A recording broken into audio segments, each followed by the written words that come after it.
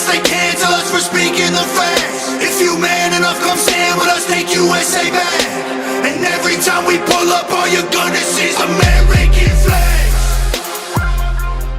Good morning, Patriots, and welcome to the Patriots Prayer Podcast. I am your host, Eddie Smith, and we have a special guest for you today.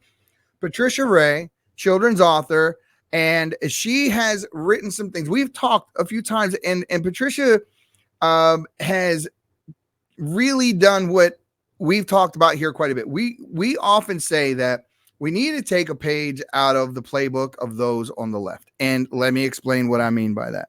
They start at a very young age. They have made their way into our educational institutions. They've made their way into our medical community. They have crept and crawled their way into every corner of life that you and I enjoy. And that grassroots movement has gotten them from where they were to where they are today. And I've often said we need to combat that.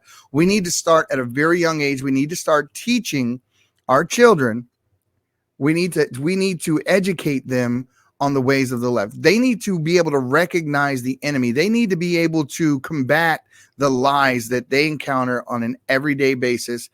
Hell, as soon as they go outside your door, when they attend school, this is not hyperbole. This is quite literal, and the battle is real. Those who are waiting for the revolution to begin, you're late, my friends. It has already started. So with that, I would like to bring up Patricia. And Patricia, welcome to the Patriots Prayer Podcast. How are you doing? I'm wonderful. Thank you for the warm welcome and the invite. You're very, very welcome. So, Patricia, as I stated to you, I went over your book and the harem. I loved the analogy. I'll be honest with you. You likened it to the face mask today. So you drew a parallel between the way they would do they would wear the harems back in the day to wearing the face mask today. So, I mean, obviously, this is something that how long have you been writing? Oh my gosh, since I could walk. It's just something I've always been able to do. And So it was more when something you decide to step out and do it like this, though, on this kind of a level. What made you take this? So basically during COVID, I got really mad. I got really, really mad. You're not and alone. I couldn't. Yeah. And I couldn't do much about it because I was living in a very blue state at the time. And it was like everybody around me was brainwashed. And the only outlet I had was my childhood hobby of writing. Mm-hmm. And so the first story I wrote is actually in Tales of American Idiocy. It's called Delilah the Brave. It's about a deer. And it's an analogy for COVID. And basically, there's a Dr. Fauci-like figure in there. And it's about this group of deer being told that the hunter's going to get you. The hunter's going to get you unless we lock down everything. And you can't have any fun. And you have to wear these heavy coats made of this foliage and everything. And so that's the Dr. Fauci figure.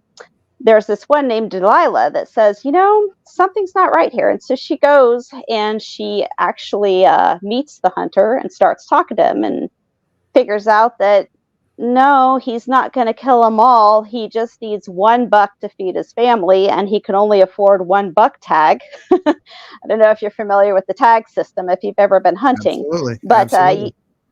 Yeah, so she figures that out, and she's like, this isn't the truth. And I don't want to spoil the rest of the story for you, but that's in the book. And I just, if I could just correct one little thing, this book, Tales of American Idiocy, while it is a lot of the stories children could read, I didn't specifically design it for children. Okay. But I have had a lot of teens, and I have had a lot of, like 13-year-olds and up read it, and they've really liked it. But I do use a lot of big words, and there are a lot of hidden analogies and references in there. Well, that automatically, as soon as you say you're using big words, that automatically curtails most liberals from being able to read it anyway. So, yeah. I try in my own right. I have a grandson. He's 7 years old now, and I I live this life that I play out in front of this camera all day long, every day. It's who I am. I don't have one personality for when I'm not behind the camera versus when I am. I'm preaching the same thing. And this little guy, he mimics me, and he says some things to me that just make me so damn proud when I hear him say them. And you know, I really do feel, like I said in the beginning here, that there's such a need, there's such a vacuum that needs to be filled. There's a need for a grassroots movement to go out into the community on every level, on every single level. You hear about a million different kinds of LGBTQ clubs, and this kind of club and that kind of club. There's a million clubs. There are no clubs for conservatives, right? Because it's kind of taboo. Right. I mean, I've had people consider the fact that I'm conservative to the degree that I am, or Christian to the degree that I am, and just immediately assume that I'm like some, racist. It's just really what's in their minds. That's what's been programmed in their minds. Yeah. We have to set these records straight. Yeah, we have to set the record straight. We go each year to a men's group where we go hunting, fishing, four-wheeling. It's called Wild at Heart. So it's hosted by a man that I work with, a really great man. And we get up there, and every year we call in a group of ex-cons, prisoners that really haven't been out of prison very long, but most of them haven't been out of the city all that much. So they're seeing a lot of these things and experiencing a lot of these things that we're taking them into for the very first time. And here's the thing. So you get, imagine this, all right? You get a whole group of flag waving American conservative, mainly white guys up on a mountain in the middle of Utah, in the middle of nowhere. And then all of a sudden this bus, Hope for Prisoners on the side, comes reeling up. And all of these guys have this impression in their mind. They have no idea what they're getting ready to step into. And then when they get off the bus and they're greeted with hugs and they're and with respect and dignity, and all they see is that people want to help them.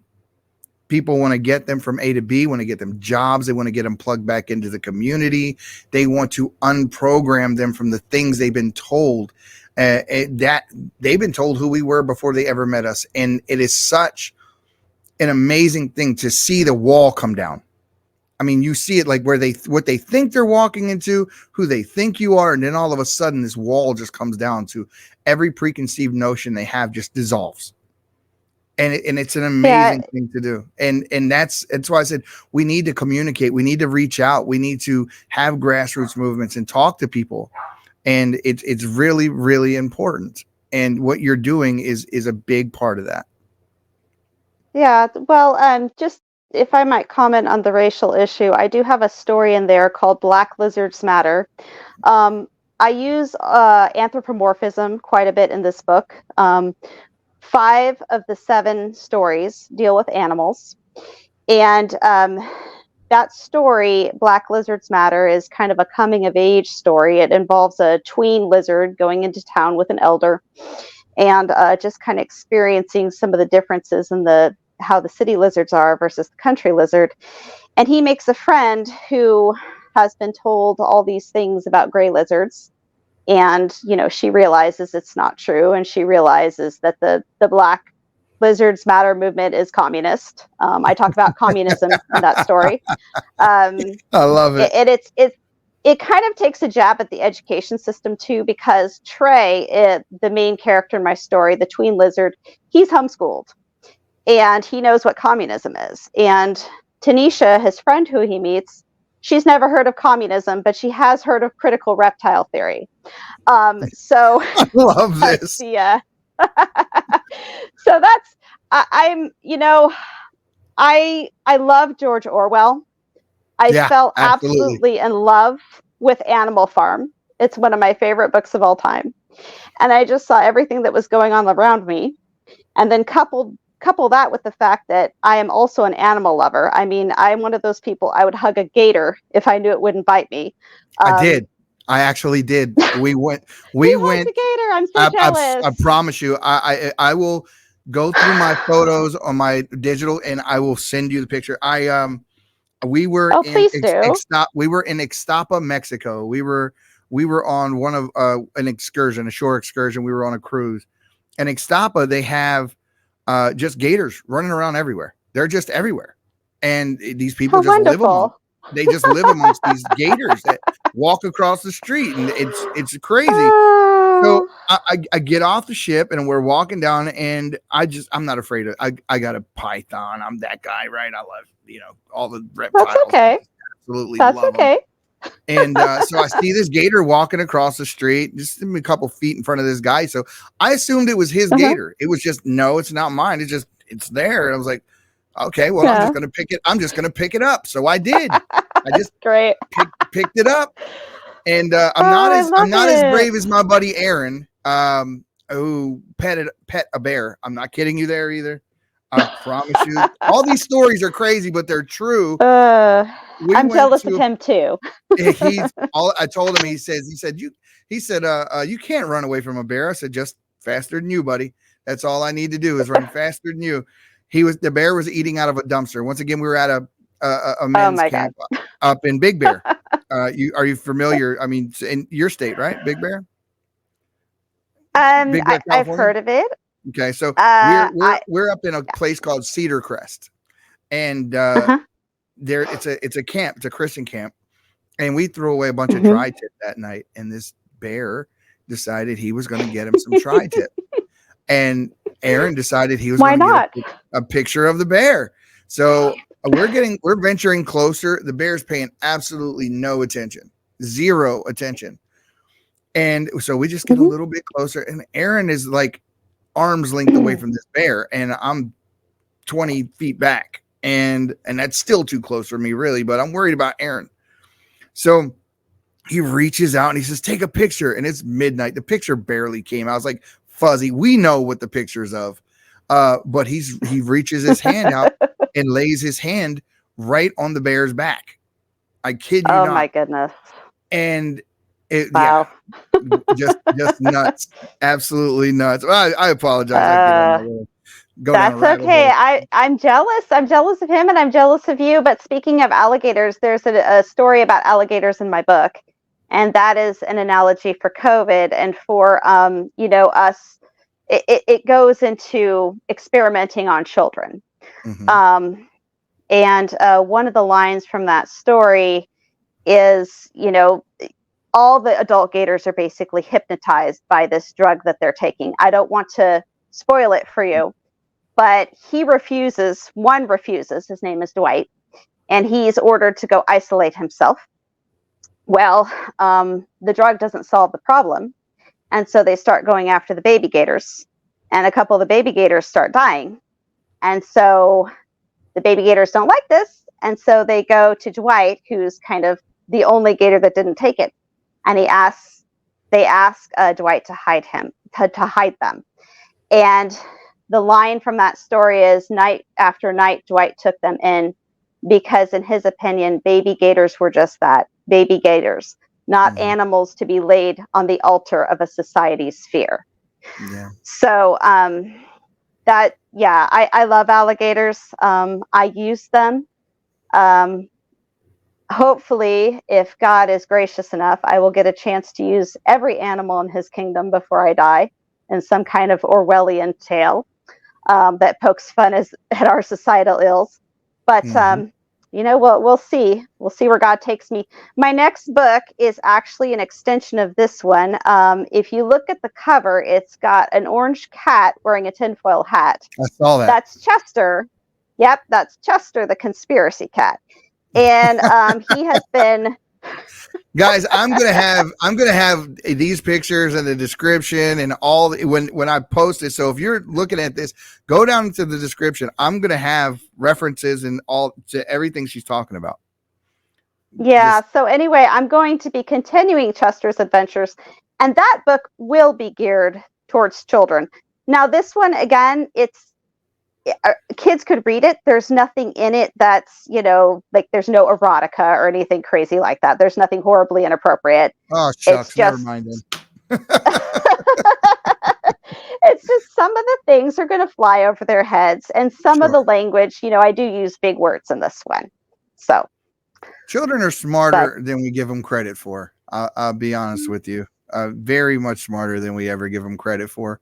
But it's your way of fighting back, and I think that yeah, you're in the fight, and we got to respect that. And I tell people all the time today.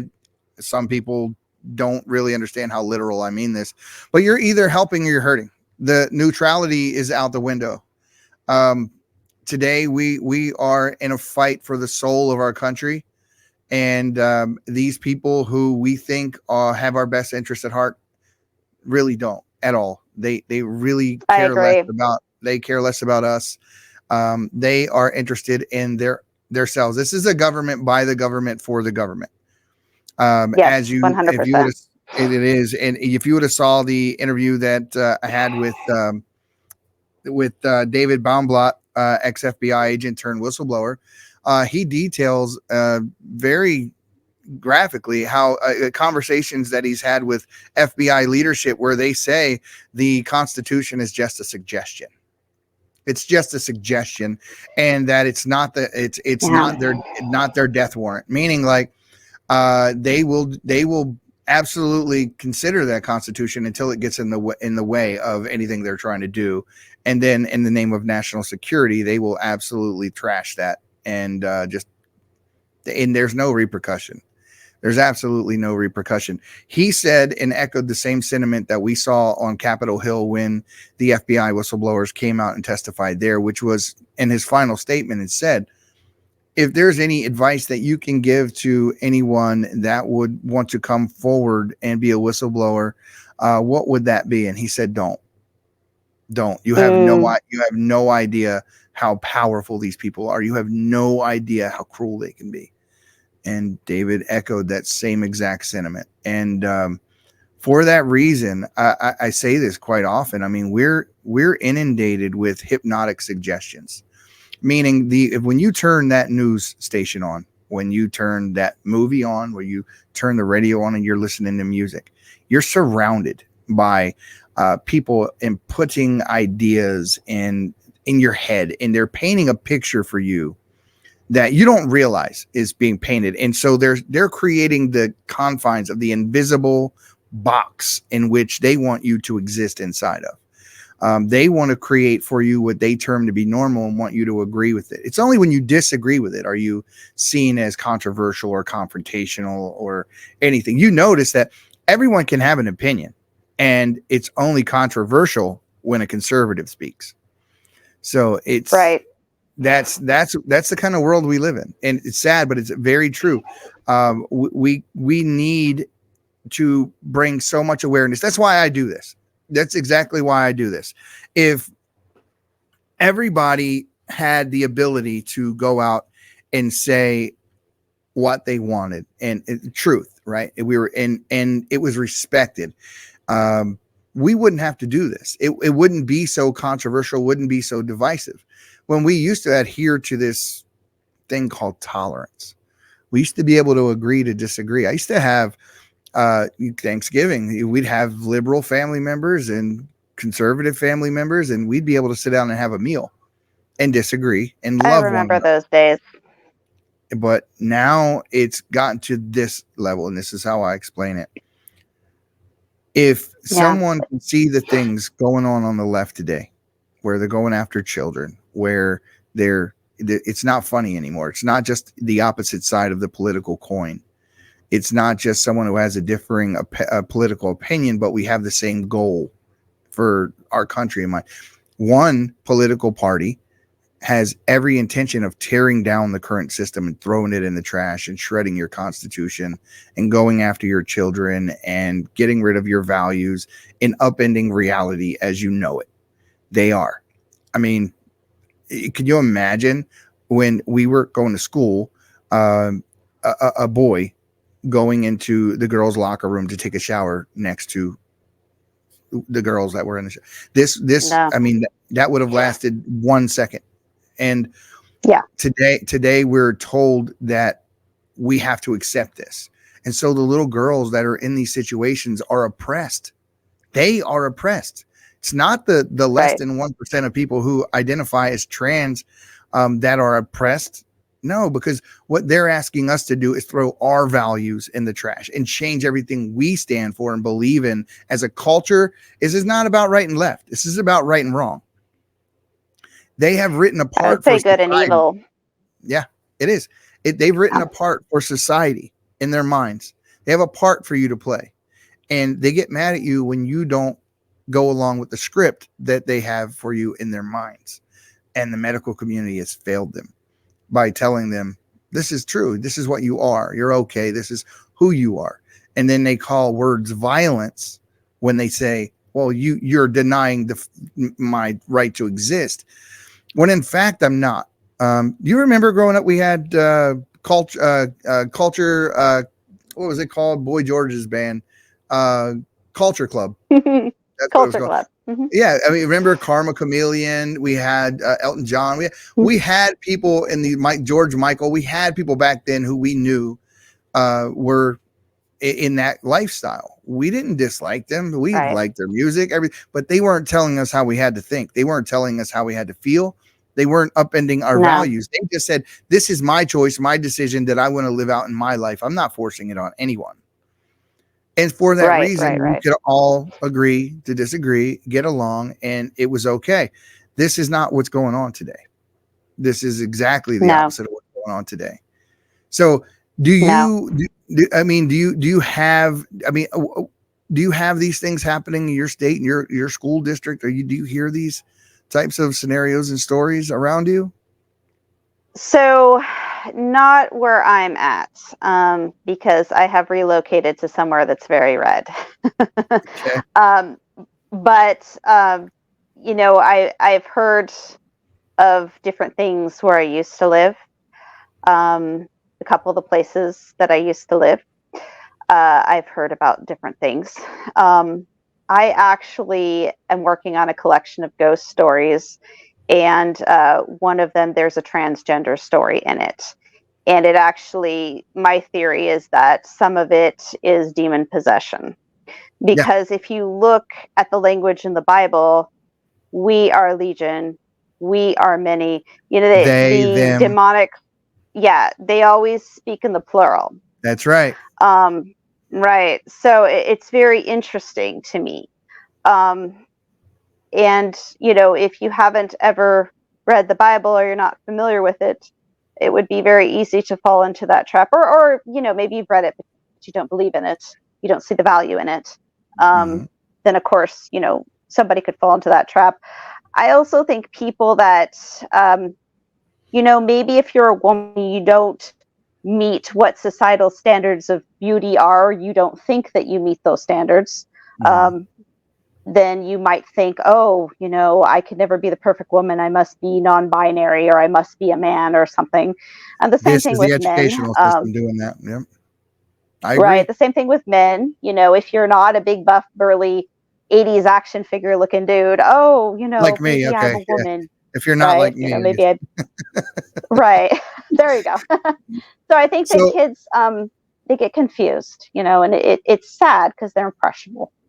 And this is exactly the story we hear from people who have detransitioned, people who transition back, people who were basically brainwashed and manipulated into taking puberty blockers and then want to make, the other decision later, like this was a mistake, but the damage is done and it can't be undone. And your body and your life is forever changed. And, I've seen people break down. I've seen, if you watched Matt Walsh's movie, What is a Woman? I think that it's an amazing documentary for anyone who has not seen What is a Woman. Please go watch this movie. You will completely understand by the time this movie's over exactly how far gone these people are. And I don't say that in a way because I want to put them down. Because I really don't. when I'm fighting with this culture, what I'm doing is fighting to maintain our own and fighting to protect kids. People say all the time, God is love. Yes, God is love. But because God loves, he must hate. If he loves what is good, he must hate that which is evil. So when Right. you see these things that are evil, I don't really want to hurt the person's feelings, pride, or any of that. I don't want to go at them without them understanding the love or intention of my heart. All too often, the left convicts us anyway by what they think we're thinking. They convict us of, you said it earlier, Orwell. So they're often convicting us of thought crimes, and Yes. because they think they And know the face crime. intentions of our hearts. Face crime also. Did you see Mhm. the Covenant Catholic kid? You know, he Mm. stood there and he smiled. And because he smiled, you know, in the Native American's face in what they perceived was a wrong way, of course Mhm. he was guilty before they found out the whole story. Oh yeah, yeah, So yeah. he was That's right. guilty of That's face right. crime. That's hmm right. Orwell was just, he was such a visionary. And that's why I used, you Ahead know, of his his time. anthropomorphism in my, yeah, that's why I used his anthropomorphism in my book. I just fell in love and I was like, well, I hope I can do something similar. And so far the reviews have been telling me that I have, but I That's don't know. awesome. Let your viewers be the judge out there. So That is absolutely awesome. This is the thing. Look, I love writing. I have always, like yourself, I have loved writing all my life. And I'm one of those people. For me, I'm an artist, right? So drawing and all these things, I spend hundreds of hours on a picture, and I love it. And um, I always have a picture in my head of something that, my masterpiece, the one in my mind that I try to create when I sit down and I'm doing that and I'm spending that time. I can never quite get it. And I think most good artists feel the same way. They have something in their mind that they're trying to create. And it's that journey of trying to create it that makes them who they are. This is how most great artists are, whether where it's writing, drawing, painting, whatever it is. I think that's the thing that drives us, is that will to want to get the message, that which is inside of us, out, so that other people can understand the passion that drives us to do it to begin with. I had it in mind to create these ad-libbed, somewhat fictional, somewhat hypothetical scenes or skits, and turn them into short stories. For instance, we understand that Joe Biden is the most corrupt president to ever hold office, ever. Zero. I mean, ever. I would agree. I would agree. And he is.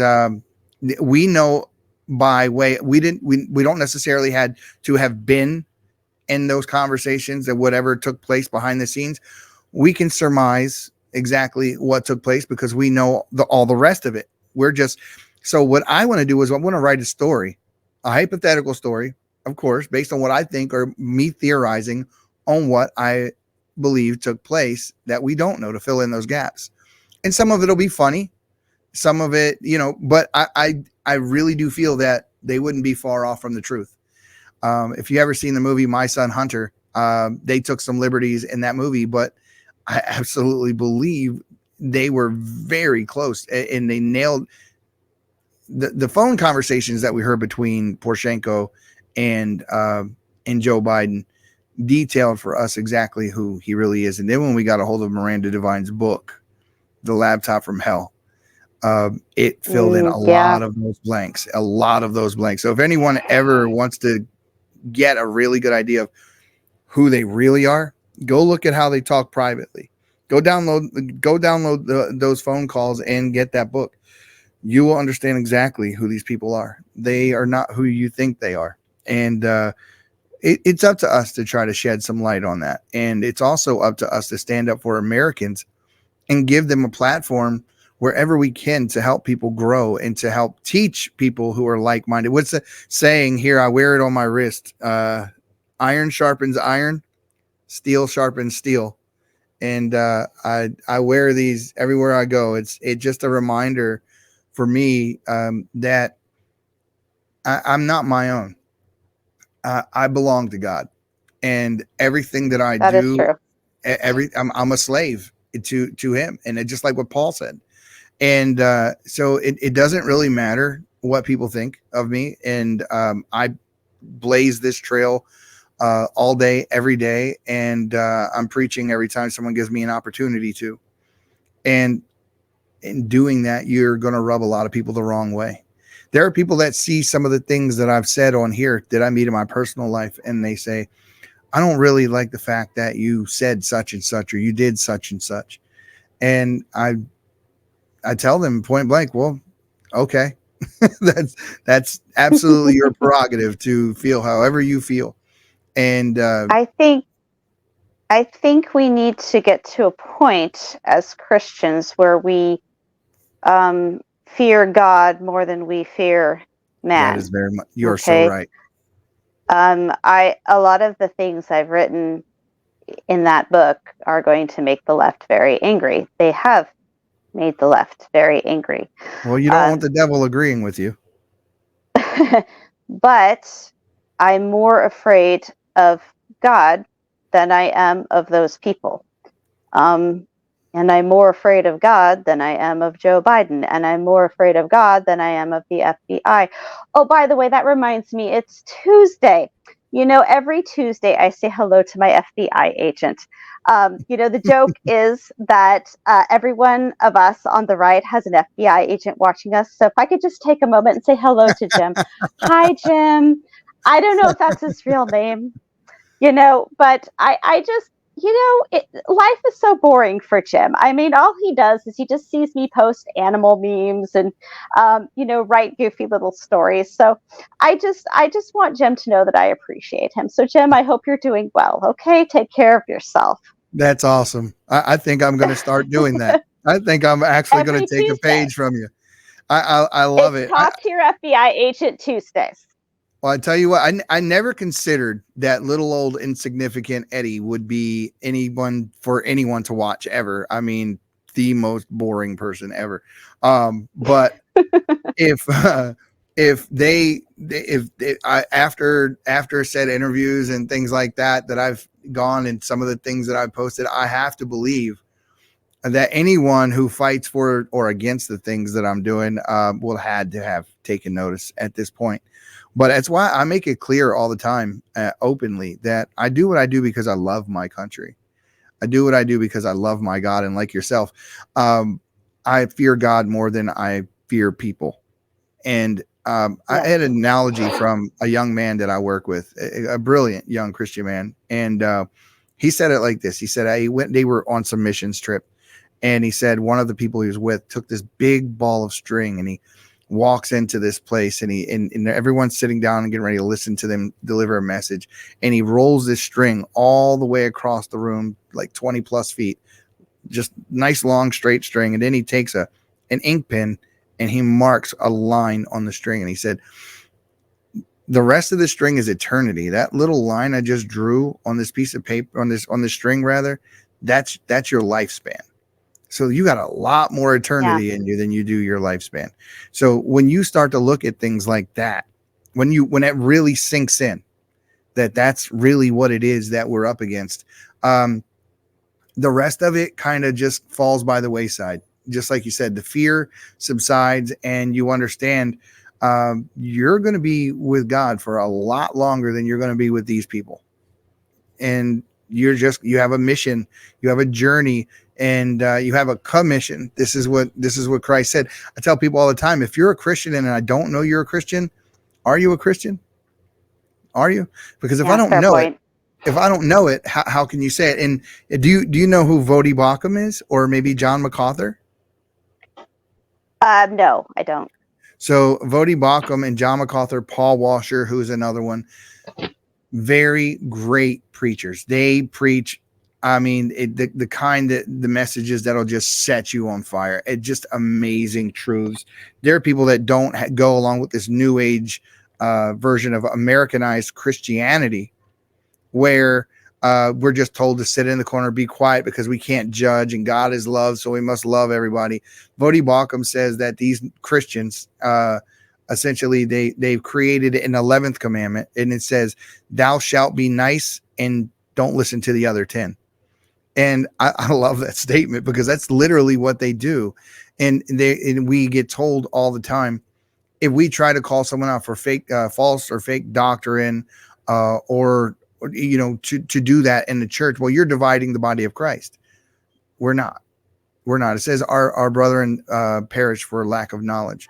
And when we watch these people, these ravenous wolves inside, just get in front of a pulpit and preach these invalid, terrible messages to people that we consider our brothers and sisters, it's incumbent upon us to correct fallacies and to help people so that they can get on the right road and actually find God for real. Because Jesus said it in Matthew, I never knew you. Get away from me. I never knew you.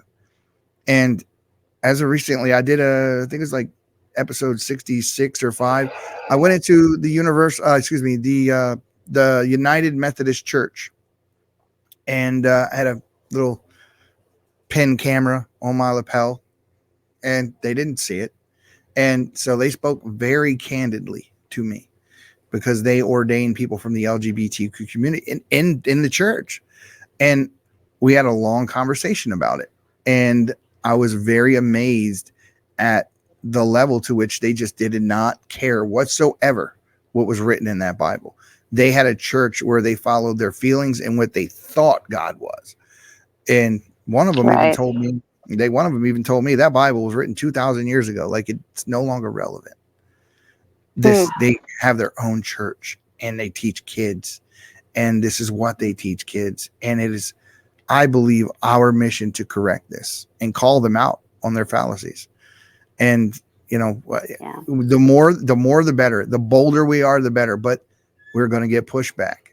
Jesus said they hated him first. So do you encounter that in your everyday life? Do you have people that push back on the messages that you have? And if so, what are those situations like for you? I mean, I've just had a couple of, bad reviews here and there, but I can tell that it's from a leftist. And so I don't pay any attention to it. Or, one guy, he got upset because I wrote the story Black Lizards Matter and thought that I was crazy for writing that. And I was like, well, I wouldn't pen you for a reptophobe, but, Sure. that's, I mean. A reptophobe. Okay. Well, BLM has completely lost all of its credibility. Not that they had any credibility to begin with, but when they posted that on social media and standing in solidarity with Hamas, there were 2 chapters who did that. I don't want to paint the other ones with the same brush because there are others that have completely came up off of the message of BLM. In fact, one of the founders of BLM is now a Trump supporter who stands with the J6 prisoners, and put videos out about it because I was shocked to hear it because no one sheds any light on that. No one talks about that. I don't hear that anywhere. It's amazing to me. I'm sorry. I think some of them, they joined the movement because they thought that they were going to actually help people. Mm-hmm. That's what they thought that it was about, was helping people. And then, you realize it isn't what they say it is. And of course, then they kind of wake up. Yeah, they call it red pilling themselves. That's the terminology I heard one use. He said, I red pilled myself and I didn't even realize I did it. and he told a story about how Antifa used to come on the backsides of their protests and go into their communities. Chicago was the one he was detailing. And he said they go into the communities and they would absolutely destroy the community, loot, rob, tear down, set on fire, whatever, and then disappear. But then stated, I never saw any Black Antifa members. He says, and no one knows who these people are. So what if they're the real white supremacists? I mean, it's a theory worth exploring. Made me think a little bit there. I was like, I've never heard anyone say any such thing. They do seem as a group to be very protected by those in charge. We've watched them burn down the police training facility in Georgia, throwing Molotov cocktails in it. We've seen it on camera. Never heard of anyone getting arrested. I interviewed Ashley Babbitt's mother for the Patriots Prayer Podcast, and I went in and I did an entire story with one of the reporters from Epic Times, where we looked at a lot of the video very closely, and they did an in-depth dive and investigation into January 6th. And I didn't know this until they pointed it out, and I have the video evidence as well. But there were 3 men standing around Ashley. Actually 5 if you count the 2 Capitol police officers off to her right side behind her, close enough to grab her. And the 3 men around her who snuck the weapons in, covered their face. One of them had on a MAGA hat. None of them were with the movement at all. They literally were Antifa. They did their own podcast later where they detailed their plan. They talked about it. One of them even went on to do an interview with CNN. CNN's got an Antifa member who was there on J6 that broke windows inside the Capitol, did all of these things on video. You know, they didn't even bring up anything that he did. They only brought up the fact that Ashley Babbitt was some kind of a traitor or this in the interview. But here they are talking to an Antifa member who threatened a police officer on video, either get out of the way or we're going through you, and then took a stick and broke the window. And this police officer, Michael Byrd, what a coward, right? I don't defend the fact that people went into the Capitol. I don't defend the lawlessness that evidently did take place in small pockets, but they did tried to paint a picture of that day and what actually took place. That did not tell the whole story at all as to what took place. There were a lot of respectful people in that Capitol that walked around praying, singing, didn't destroy property. And that was small pockets of people who did that. The only person who got murdered that day, actually murdered, was Ashley Babbitt. And she was murdered by a police officer who he just abuse of power. He was protecting nobody. Everybody had been evacuated. No one was in the room with him. He didn't warn her. There were 2 police officers to her right behind her, that could have just grabbed her. She was about 4'9", barely over 100 pounds, very small stature, no weapons on her.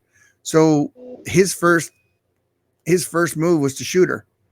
Well, when this happened to Jacob Blake, when this happened to Brittany Taylor, was it Brittany Taylor? The one in Kentucky? I believe it was Brittany Taylor. And, when these people were in Michael, the guy in Ferguson, the one who went for the cop's gun, that, and he lost his life in the process. Jacob Blake had kids in the back seat whom he kidnapped, but the media is very irresponsible because they don't tell the entire story. So they egg all of this violence on that happens in the streets. Have you noticed the ever-alarming 400,000 cell towers that have gone up in the United States alone? How about the electronics that reside in every room of our homes and Wi-Fi that runs 24/7? 5G cell phones are carried in our pockets hours on end. Common complaints are ringing in the ear: sleep deprivation, palpitations, headaches, memory loss, and so much more. Redemption Shield is on the cutting edge of offering products that protect your family from electromagnetic and microwave radiation. From Faraday bags, earthing bed sheets, Wi-Fi router covers, hats, scarves, bed sanctuaries. This will not be going away anytime soon. We will continue to see only faster speeds, 6G, 7G, and more exposure to EMF than any time in our history. Start protecting yourself now. Go to redemptionshield.com and get grounded and shielded today. Use code PATRIOT and save 10%. They were very irresponsible with the way that they talked about Kyle Rittenhouse. Made Kyle Rittenhouse out to be some type of white supremacist that was there on an anti-protest basis, and he wasn't. He was there giving out water. But thank God a kid that had the sense to have a weapon on him. It would have been his life, and nobody considers that. The excuse was, well, then why did he have a gun, or why was he there? That's like saying to a woman, if you didn't wear that, you wouldn't have been raped, or if you didn't leave your house open, it wouldn't have been robbed, as if the people who committed those crimes weren't wrong for doing it. It's a really backwards way of thinking about something and casting blame somewhere it doesn't belong at all. So tell us what's next for you. What are you going to do next for us? So I just want to comment on Antifa really quick. There's a story in my book, Tales of American Idiocy, called Rose City Riot. It's about Antifa. And It is actually a ghost story. It's really great and wants to get into Hollywood. I want to say it's the third story in the book. I don't want to spoil it, but it's really good. I've had really great reviews from it, but it is about Antifa. So I cover that, and I cover the Black Lives Matter movement, and I cover the stolen election. There's another story that's great for Halloween in there called... We can't say stolen election. We can't say that? You would be so surprised how often that I can't even put these podcasts on YouTube because I bring it up all the time. No, we can say it. Say it all you want. Get a big neon sign. I'm 100% behind you. It's just that they don't like it. So you were being cute. Okay, I got you. Oh, yeah, absolutely. Yeah. So the first story is called "We Know What You Did Last Election," and that is a ghost story also. So there's some great material in there for Halloween. So what's next for me is I'm going to be continuing Chester the Conspiracy Cat's next adventures. He's going to be fighting the New World Order. He's going to be fighting all this climate change stuff. Speaking of books for children, I was very upset that all this climate change fear is being pushed on our children. Yeah. And so I decided to do something about it and continue Chester's adventures. So he's going to be speaking against that. He's going to be going up to the Coots Crossing blockade. I don't know if you remember when that happened. The Canadian truckers. Yeah. Canadian truckers. Yeah, they blockaded this big crossing between the U.S. and Canada, which is where I think over $40 million worth of goods passes a day. And so basically he goes up to support that. And I don't want to ruin the book for you, but it's just very, it's going to be very fun. It's going to be for kids. So, I'm trying to make it from ages 10 to 110 so that everybody can enjoy it. If you want to read Chester's first adventure, it's out right now. And basically it's the third from the last story in the book. And it is about COVID. And it's about the humans wearing muzzles, or as I like to call them, political veils. Right. So I'll be doing that. I'm going to be doing a collection of ghost stories. I'm going to try to get that released right before the 2024 election, because some of them are a little bit political. Sure. And I've also got a couple novels in the works. So Chester's next adventure should be out this summer.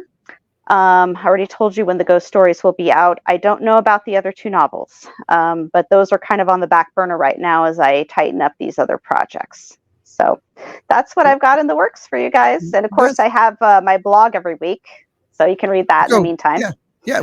Tell us your blog. Tell us the name of your blog.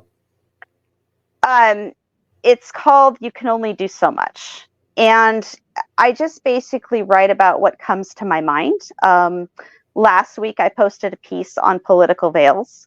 This week, I posted a piece called Arabian Nights, American Days. And it's basically about, you've heard the story of Aladdin, I'm sure, right? Sure. Who hasn't heard of Aladdin? Okay. So what a lot of people don't understand is that Aladdin is just one piece of a bigger story.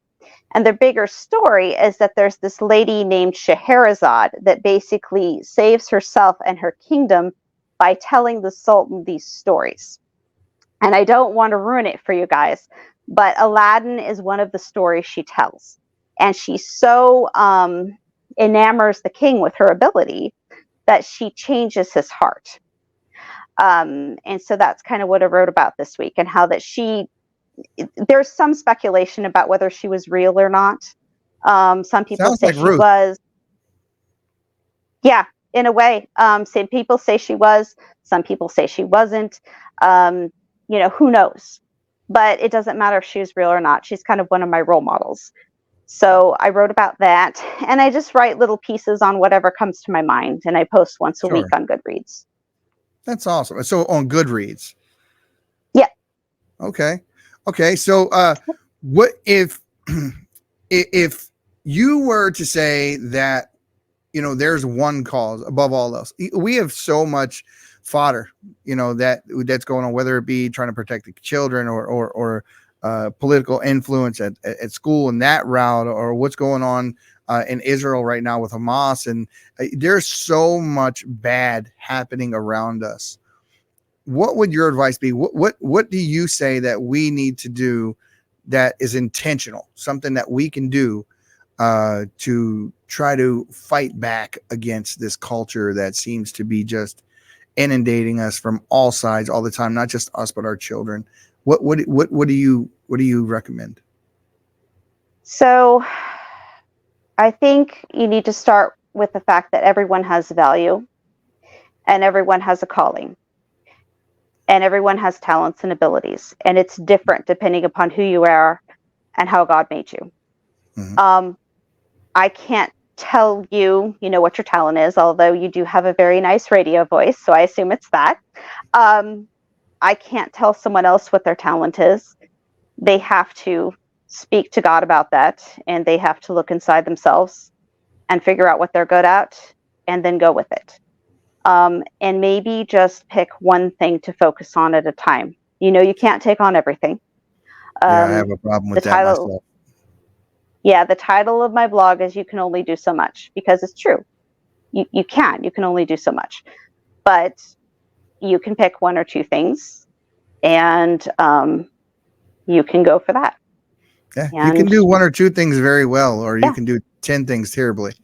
And that's right. I've had to learn that the hard way, because I tend to want to take on the world by myself, and I burn the candle at both ends, and it's very, very, very difficult at times, because there's just so much more I want to do, and I find myself in these positions where I was just like, I really at times want to convince people of what's happening that just don't understand, don't know, or brainwashed. And I'm always looking for ways to try to explain and convince and prove. And that's where all of the explaining comes in with doing the podcast in different anthropological views of how to look at how humans react to society and what's good and what's bad in that aspect, to try to show them the antics that the left employs quite often to try to cause a divide between people in this country that otherwise would get along if there are certain people that weren't in the middle to antagonize some of the stuff that we see happening. But although that may be the case, it does leave us with no option when we're being attacked but to fight back. And I tell people all the time, there's a time and a place for everything, and even a time and a place to fight. And the fight doesn't always have to be, in the streets. It's happening. This is fighting. This is what we're doing when we're having these conversations, when we're talking about these things and bringing awareness. That's our fight. That's what it is. When these people are out there telling lies and we call them out, that's our fight. And that's what we're called to do. And that's exactly what we should do. So we continue this fight. However, God blesses us with the ability to do so. We all have our own types of arrows and quivers, and yours is writing. Mine is, I haven't quite figured it out. This is part of it. This is definitely part of it, but there is so much more that I want to do. And at times I just feel like a bundle of energy that just wants to explode, because there's so much more in an outlet for me to just get involved and talk to people. And it's coming. God has been very good and shown me a lot of favor to open doors up, and constantly tells me, you're not ready for that one. You're not ready for that one. And then throughout the years, he opened them as I was ready for them. And it's his timing, not mine. And I've had to learn that through the years. And slowing down is a good thing. You get more done going slower sometimes than you will going 100 miles per hour. You're absolutely right. You are absolutely right. Anything you want to say? Anything you want to say to close us out here? Just thank you for having me on the show. You're very welcome. Don't give up hope. just do what you can do and don't worry about the rest. That's right. That's right. And as usual, Patriots, as usual, the silent majority, you need to stop being silent and stand your ground. We'll see you next time on the Patriots Prayer Podcast. Have a good day. My people of this country and we're under attack. They banning us, they cancel us for speaking the facts. If you man enough, come stand with us, take USA back. And every time we pull up, all you're gonna see is